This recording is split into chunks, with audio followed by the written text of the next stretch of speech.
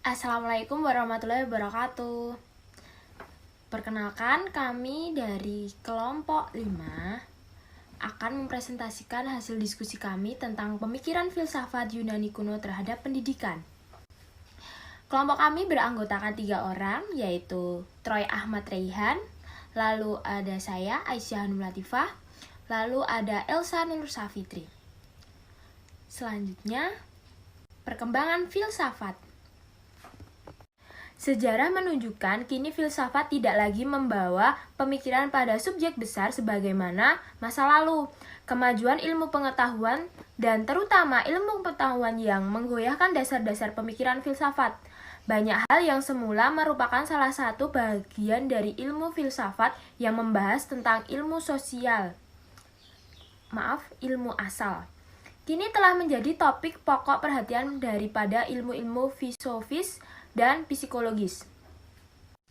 Pada mulanya, filsafat memang diakui sebagai induk ilmu pengetahuan.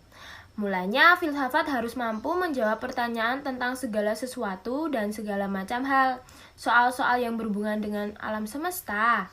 Manusia dengan segala problematika dalam kehidupan dibicarakan oleh filsafat.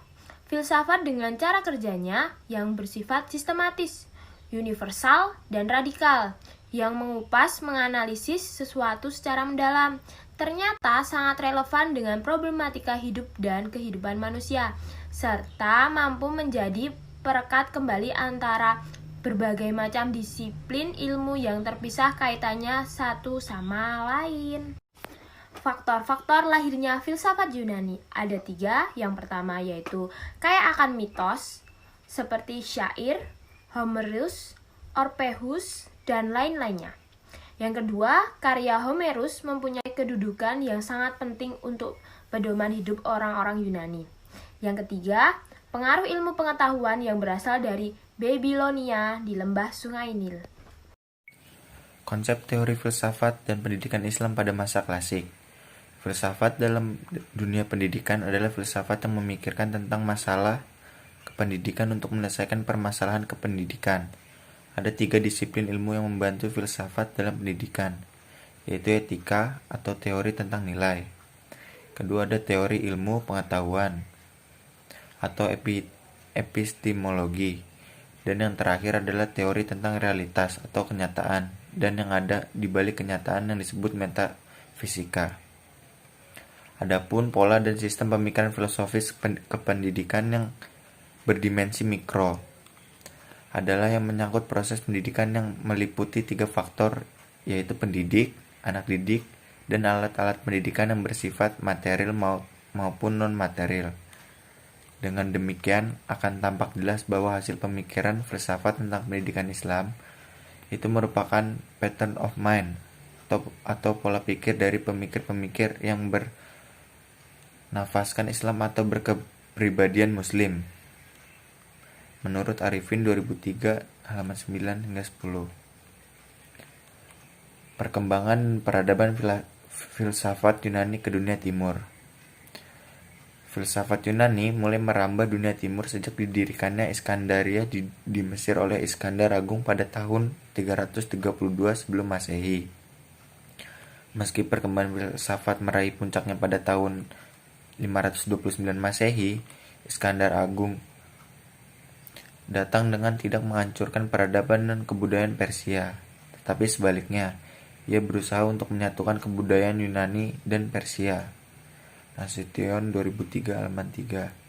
Iskandar Agung menjadikan Iskandarian Antiochus Bactra menjadi pusat ilmu pengetahuan dan filsafat Yunani. Pengaruh filsafat Yunani dalam pendidikan Islam pada masa klasik. Yang pertama, pengaruh filsafat Yunani terhadap ilmu-ilmu agama. Upaya untuk menggabungkan pemikiran Islam dengan pemikiran Yunani mendominasi kehidupan intelektual sepanjang kekhalifahan Bani Umayyah dan Bani Abbasiyah. Ilmuwan yang berhubungan dengan Kristen Nestoris yang berasal dari Hira atau sebuah kota kecil antara Basrah, Kufah, dan Mesopotamia Selatan. Yang kedua, pengaruh filsafat Yunani terhadap ilmu-ilmu non-agama. Ketika kerajaan Sasania ditaklukkan Islam, mengenal ilmu kedokteran Yunani di pusat-pusat pendidikan Nestoris dan Platonisme di Mesopotamia Utara.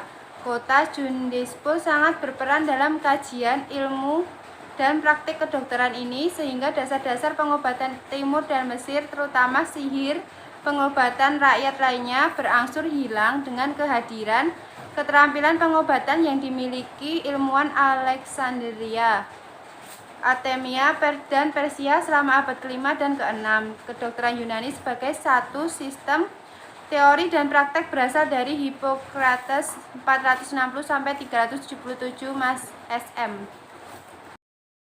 Jadi dapat disimpulkan bahwa filsafat Yunani adalah kegiatan berpikir yang dilakukan oleh para filosof Yunani untuk mencari hakikat kebenaran yang penuh kebijakan dalam menata tata dunia baru yang lebih bijaksana, elegan, dinamis dalam mengapresiasikan pemikiran-pemikiran yang konstruktif.